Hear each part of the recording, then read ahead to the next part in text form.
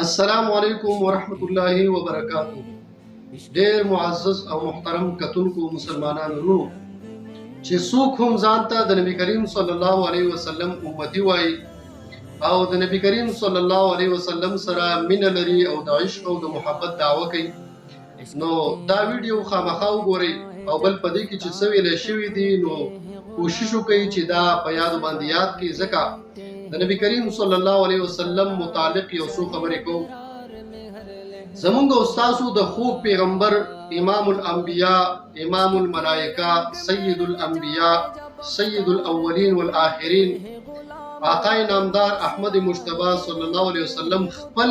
اسم ذات چې خپل نومي محمد صلی الله علیه وسلم او د نبی علیه الصلاۃ والسلام د پلار نوم جناب حضرت عبدالله صاحب دی او د نیکه نوم عبدالمطلب صاحب دی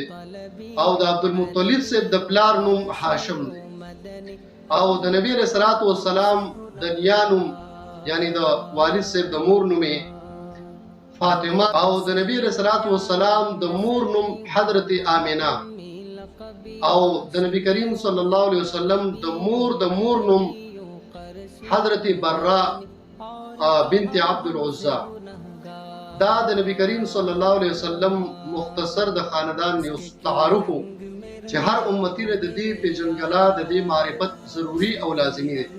د نبی کریم صلی الله علیه وسلم خاندان بنو هاشم دی او پای کې د قریش قبیله سره نبی کریم صلی الله علیه وسلم تعلق. زمونږ استاد خوب نبی رحمت للعالمین پیغمبر تاریخی پیدایش چې کوم پکم باندې د جمهور عرب او عجم اتفاق دی او کوم باندې چې مورخین او محدثین اتفاق کړي دي. اختلافي اقوال پکې مشته خو چې کوم د ټولو باندې اتفاق دی نو هغه 12 ربيع الاول د پیر مبارک ورځ او د سحر ټیمو د نبی کریم صلی الله علیه وسلم ولادت با سعادت شوه او د نبی علیہ الصلوۃ والسلام ولادت چې کېده نو دا د عام ماشومان په شان نو داغه ډیر مختلف او ډیر ارهاسات او ډیر یو خرق عادات کارونه د نبی کریم صلی الله علیه وسلم د ولادت با سعادت په وخت کې شوي دي. کله چې نبی کریم صلی الله علیه وسلم دنیا ته تشریف اوري وکړه نو مور بیبي فرمایي حضرت آمنه فرمایي چې نبی علیہ الصلوۃ والسلام په جامو کې پټ او دویم نمبر دا چې مقطوع السرة د نبی کریم صلی الله علیه وسلم نوم پرې کړی شو او د نبی علیہ الصلوۃ والسلام ختم شوی و. نبی کریم صلی الله علیه وسلم باندې هیڅ قسمه ګندګي نه و او حضرت آمنه فرمایي چې ما د نبی علیہ الصلوۃ والسلام چې کله ولادت کېده نو ما هیڅ قسمه د ولادت درد نه محسوس کړ او موجم کبیر کې امام طبرانی لیکي چې کله نبی کریم صلی الله علیه وسلم پیدا شو نو سری په سجده باندې پروت او نبی علیہ الصلوۃ والسلام په فصیح زبان کې فرمایل الله اکبر کبیرا والحمد لله حمدا کثیرا اللهم اغفر لامتی امتی. دا اولنې دو جملې خو تقریبا په ډیرو کتابونو د تواریخو کې د احادیثو کې ذکر دي. په موجب کبیر کې امام طبرانی ذکر کړی دی چې نبی علیہ الصلوۃ والسلام دا مو فرمایل چې اللهم اغفر لامتی امتی، خدای پاک زما امت وبخي. حضرت آمنه بی فرمایي چې کله د نبی کریم صلی الله علیه وسلم ولادت شو نو یو نور او یو رڼا راښکاره شو په هغه نور او رڼا باندې ما د شام د کسرا محلات ولیدل. ما د وخانو قافلې د خپل ځکه ناستم او ما د حجابات لري شو د نبی رسول الله والسلام دغه ولادت د دغه نور په برکت باندې ما دغه محلات او دغه قافلې ولیدل او یو درې جنډې راوړې شوې، یو د کعبې په چت باندې ولګولې شو او یو په مشرق باندې بل په مغرب باندې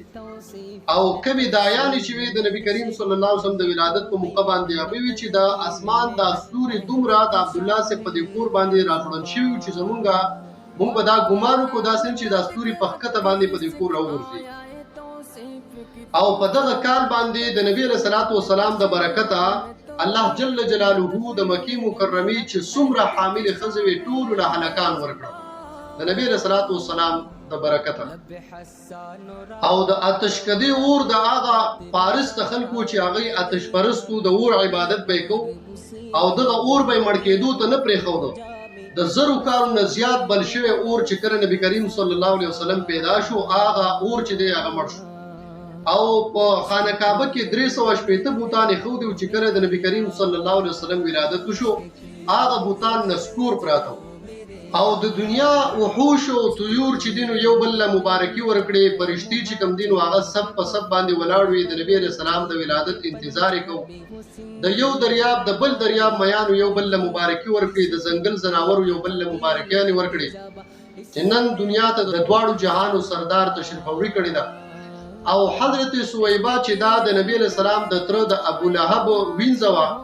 دغه ابو لهب چې کوم قرآنی کافر دی تبت یدا ابي لهب دا صورت چې نازل شوی دی د متعلق نو دغه سویبر اعلی او ابو لهب ته وی بخاری شریف کې حدیث دی چې ستا د مړ ورور زوی پیدا شو نو دا د ابو لهب وینځوا نو دغه خاندان او د دې وجنه چې زما د مړ ورور خاندان باقی پاتې شو په دې خوشحالي کې خپل د وراره په دې خوشحالي کې په دې ګوتو باندې هغه ته د آزادېدو اشاره وکړه چې په زیری کې ماته آزاد مختصر د تویم حضرت عباس سے چې کله ابو لهب مړ شو په خوب کې ولیدو حضرت عباس سے ورته وی چې څه معاملات دي او څه حال احوال دي نو ابو لهب ورته وی چې تاسو نه کلم جدا شوی منو ما خاله ورځ نه دلیدلې په ما باندې غم دی په ما باندې عذابونه دي خو چونکی چې کله د پیر ورځ راشي نو د پیر په ورځ باندې زما په عذاب کې تخفیف او ماته د دې ګوتو د دې مزد یخي وب ملاویږي په هغه سره زما زړه ته لک ډیر سکون رسي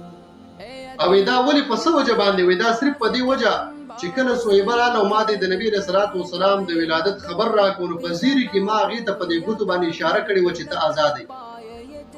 نو دا غي د برکت خدای پاک مالا چې کداغه ولادت د رسول الله مبارک باندې مې دغه د خوشالۍ اظهار کړی دی د دې په برکت باندې خدای پاک مالا په دې عذاب کې تخفیف راکړي دا عذاب په دې قبر کې دغه شان دی او د قیامت کې چې کله جهنم ته لاړ شي نو بیا هم د پیر په ورځ باندې په ابو لهب باندې په دغه عذاب کې دغه شان تخفیف وي نو چې کله دې ته سوچو کوي چې یو قرآنی کافر له خدای پاک د نبی رسول الله د ولادت په خوشحالۍ کې دغه بدله ورکړي نو چې یو مسلمانی مؤمنی د نبی رسول الله امتی وي او د نبی رسول الله سره د عشق او د محبت دعوی کوي او مینه وصل لري او هغه په د نبی رسول الله په ولادت کې خپل د خوشحالۍ اظهار وکړي نو تاسو سوچ وکړئ چې خدای پاک به هغه انسان لکم یو مقام ورکړي دا خو ډیره اوږده موضوع ده او ډیر ارهاصات دي د نبی کریم صلی الله علیه وسلم کو بهرحال دغه یو څو خبرې مې تاسو د وړاندې د نبی کریم صلی الله علیه وسلم د ولادت متعلق وکړي نو دا مخې ته نور ملګرو سره شیر کړئ او الله جل جلاله دې زمونږ او تاسو حقيقي مینا د نبی کریم صلی الله علیه وسلم سره نصیب